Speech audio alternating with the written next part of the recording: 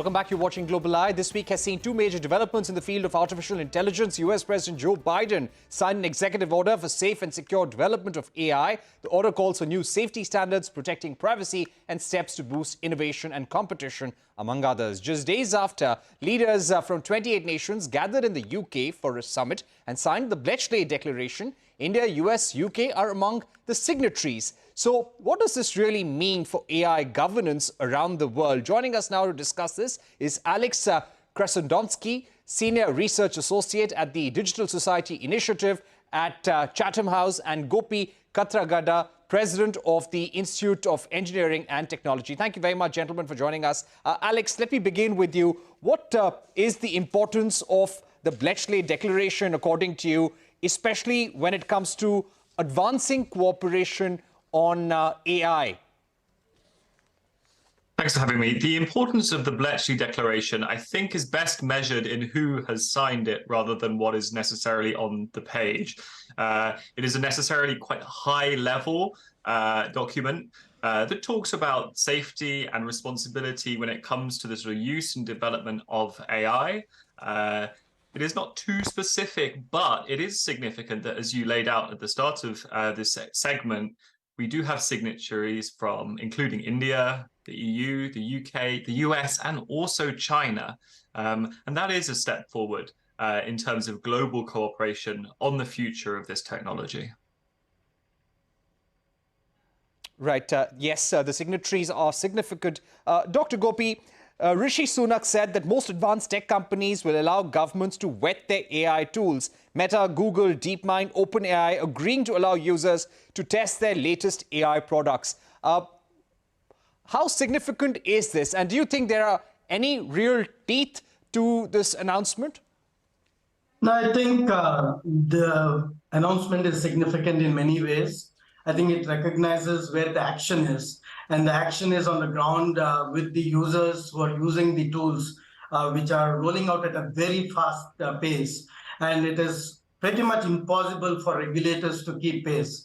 Whereas as users and as developers and as people who have been waiting for this moment and engineering this moment for the past 30 years, we know best how to look for issues, in data and ethical data aspects, how to look for issues in AI impact, where it's being used. So I think it's a very good way to look at enabling safe AI. Right. And one of the aims, of course, was also to slow the race to develop systems that can compete with humans. Alex, what do you feel about the conversation between Elon Musk and Rishi Sunak? Elon Musk going on to say that AI is the most disruptive force in history. There will come a point when no job is needed. On the other hand, there was also talk about creating a skilled workforce, making sure that workplace displacement is at its bare minimum. How do you think both the benefits and drawbacks of AI will be balanced by the discussions that happened at Bletchley Park? It's an interesting question, and it's certainly an interesting sight to see the richest man on the planet being interviewed by a prime minister in an event that a number of political commentators here in the UK have described as extremely strange. I think we would be cautious before reading too much into Elon Musk's suggestions. We've heard for many, many years how technology is going to create more free time, less time spent on work. None of that has come true yet. In fact, quite the opposite. We've seen that technological advancements have led to things like the gig economy, Uber, Deliveroo, where actually working conditions have got sort of actually significantly worse.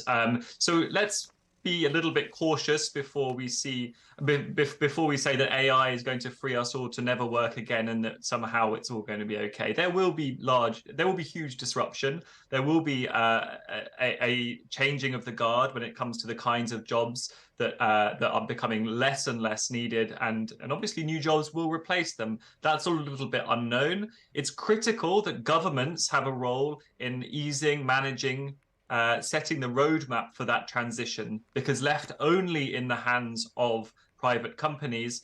We've seen that play out before, and it can lead to, I think, quite a lot of disruption for ordinary people trying to get to grips with a very fast-changing world. Right.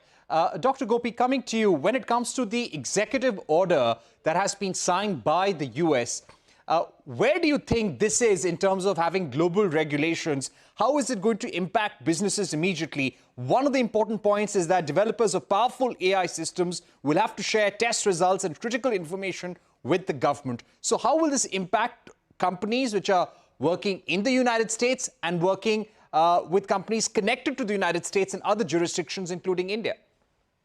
I think similar to the emission norms, if you can use an analogy for automotives, these kind of regulations will require, similar to the automotive companies showing their ability to meet growing standards on emission norms, growing standards around data privacy, fairness of the wage that you pay for data workers, and also to demonstrate that their technology will not be used and there's an end use kind of an agreement. All of these have been implemented in the past through various other regulations. So this is not new for the US. And it's important for the US to take a lead also because most of the investments into the companies have been in the US, tens of billions of dollars. And so it is good to see this leadership being exhibited by the US in data safety as well.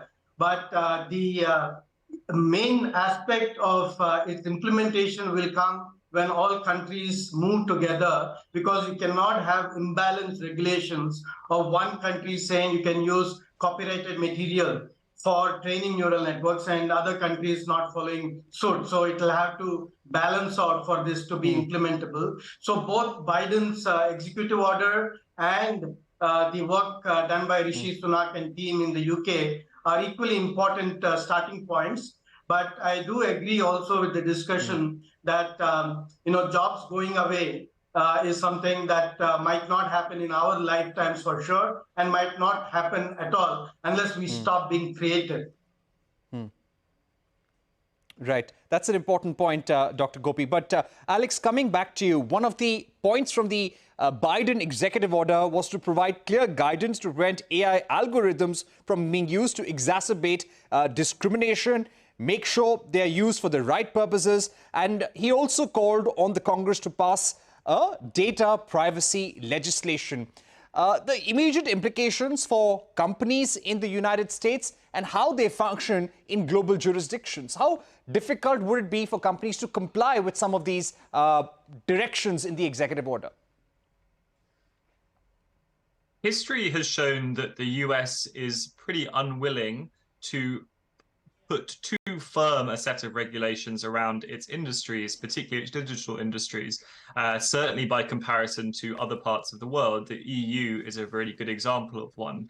And I think we have to understand that the backdrop of this whole conversation is an understanding that many governments, but also industries, see AI as a critical part of their future development and their future competitiveness in the world economy.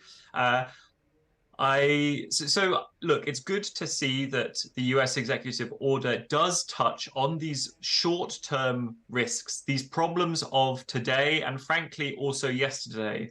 Discrimination by algorithm, for instance, whether or not you are issued a credit card or whether or not your mortgage is approved. These are often decisions that are made by algorithm. They are decisions that are made today, and they are often decisions that we perhaps don't understand quite how they might work, and potentially those they create risk of bias. That is not a conversation that we had so much of here in the UK. It is good that it's taking place in the US, but I think we should be cautious about expecting the US to really rein in its AI industry, particularly at a time of quite sort of strict global competition between, let's say, the US and China or other parts of the world. Right. Professor Gopi, Dr. Gopi, I've run out of time, but one quick question. How should India respond to these fast-changing developments and rules globally? If you can tell us in about 20 seconds.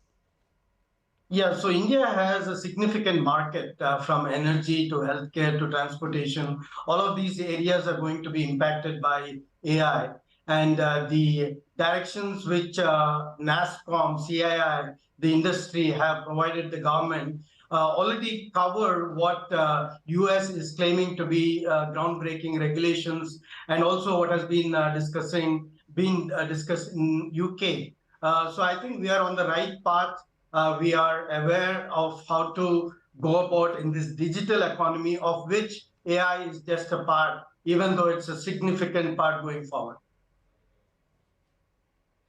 Right. Thank you very much, Dr. Gopi and Alex, for joining us on the program, telling us about the big takeaways from the AI summit in UK and Biden's executive order on regulating AI as well. With that, it's a wrap on this edition of Global Eye. Thank you for watching. Goodbye.